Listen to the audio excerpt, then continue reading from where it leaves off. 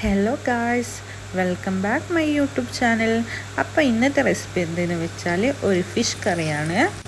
So അതിൻ്റെ റെസിപ്പിയാണ് ഇന്ന് ഇട്ടിട്ടുള്ളത്. അതെന്താണ് കാണാം. ആദ്യം തന്നെ ഒരു ജാറിൽ വേവിച്ച തക്കാളി, ഉള്ളി, പിന്നെ മുളക് പൊടി, മഞ്ഞൾപ്പൊടി, ജീരകം ഇത്ര ഇട്ട് നന്നായിട്ടൊന്ന് അരച്ചെടുക്കുക. അതിൻ്റെ ഇടയിൽ ഈ ഫിഷ് ഫ്രൈയും ചെയ്തിട്ടുണ്ട്. സോ ആദ്യം ഒരു കടായിലോട്ട് എണ്ണ ഒഴിച്ച് കൊടുക്കുക. എണ്ണ നന്നായി ചൂടായതിന് ശേഷം ഉലുവ ഇട്ടിട്ട് നന്നായിട്ട് അതൊന്ന് പൊട്ടിച്ചെടുക്കുക. അതിന് ശേഷം അതിലോട്ട് സവോള അരിഞ്ഞത് ഇതുപോലെ ചെറുതായിട്ട് അരിഞ്ഞ സവോള ഇട്ട് കൊടുക്കണം. അതിനുശേഷം നന്നായിട്ട് വാടിയിട്ട് അതൊരു ബ്രൗൺ ഷെയ്ഡാകും. അത്രത്തോളം നമ്മൾ അതിനെ നന്നായിട്ടത് വാടട്ടെ.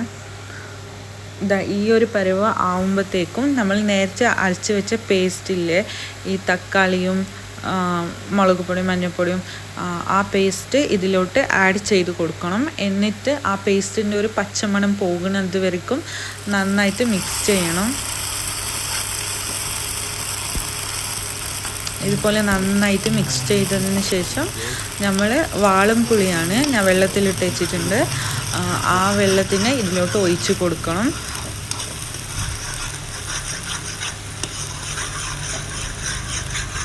എത്ര വേണ്ടി നോക്കിയിട്ട് ആ ഫിഷ് കറിക്ക് ആവശ്യമുള്ളത്ര പുളിവെള്ളം ഇതിലോട്ട് ഒഴിച്ച് കൊടുക്കണം.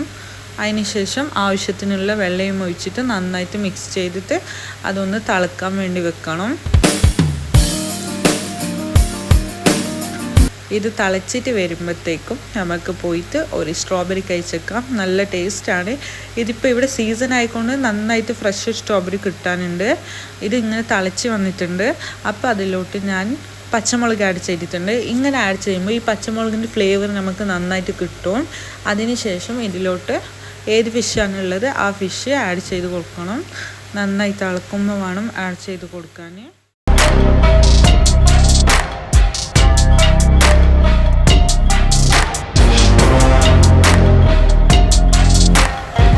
ആഡ് ചെയ്ത് കൊടുത്തിട്ടുണ്ട്.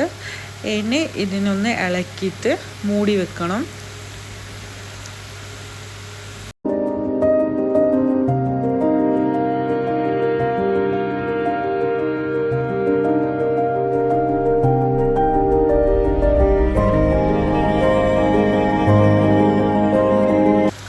ഞാനിത് തിളക്കുമ്പോഴാണ് ഗൈസ് ഉപ്പ് ചേർത്ത് കൊടുക്കുന്നത്. നിങ്ങൾക്ക് എങ്ങനെയാണ് വേണ്ടത് അങ്ങനെ ചേർത്ത് കൊടുക്കണം.